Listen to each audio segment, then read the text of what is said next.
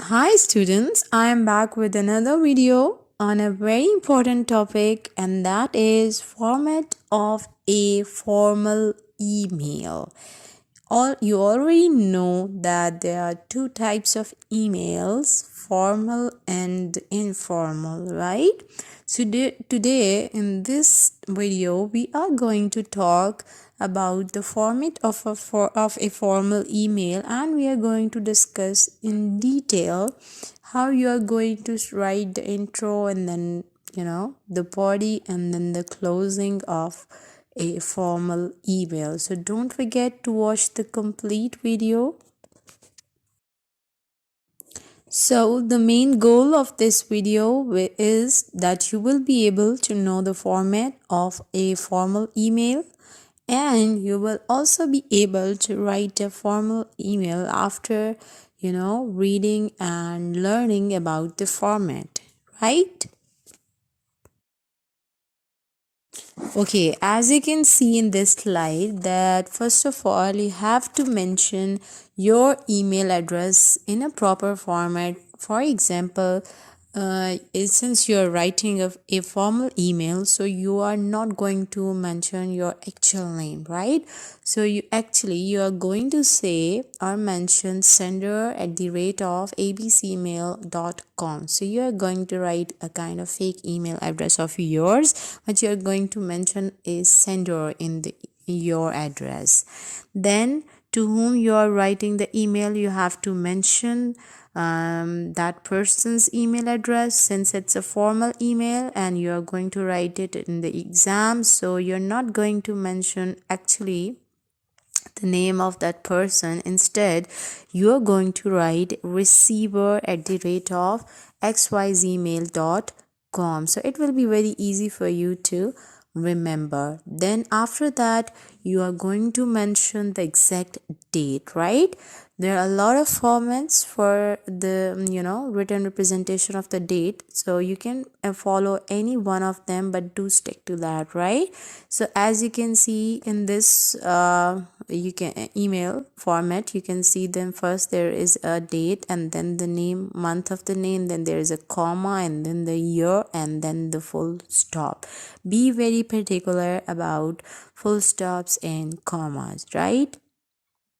Then there will be a space, and then you will mention subject. It is very important, and each part or each section carries different marks, so you should not forget any of the part.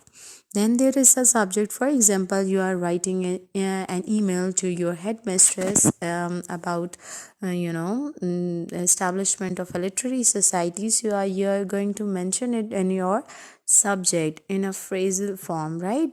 Don't write the whole sentence, just write request for a literary society or request for a sports club or something like that. After that, you're going to start with greetings. For example, if you're writing the email to a female, you're going to start with respected madam or honorable madam, or you can also say dear madam or sir, respectively, or according to the demand of the question. Then comes the main body, where you are going to use the formal language, right? And then comes the closure, where you can write yours truly, sincerely, xyz. Remember, there is a comma after truly, and there's a full stop after your name, right? When you are going to mention xyz, you're not going to write your name actually in the paper. Instead, you are going to write xyz.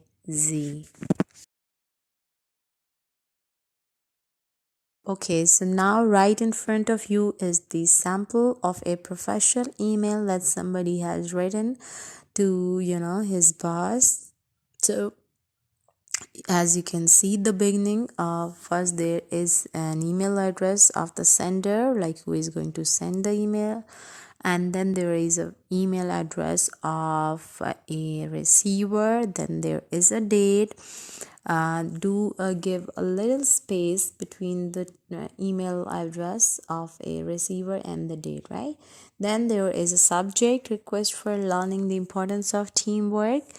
then there are greetings, then there is some space, and then there are greetings, dear sir. You can read out this email, sample email on your own, and you can see the selection of words. And similarly, if you're writing a formal email to your headmistress, you can use phrases like it is requested, I would be really pleased, looking forward for your reply, or something like that. So do be use a very formal language in your formal email writing, right? Similarly, you are going to end your email with a thanking note, right?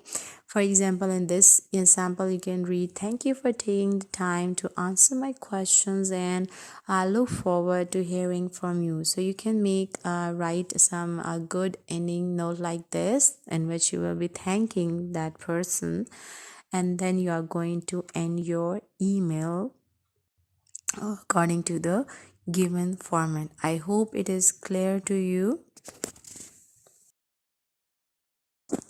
That's all for today. I hope you learned and enjoyed the lecture. And if you have any kind of queries, don't forget to ask them in the comment section. I would be really pleased to know.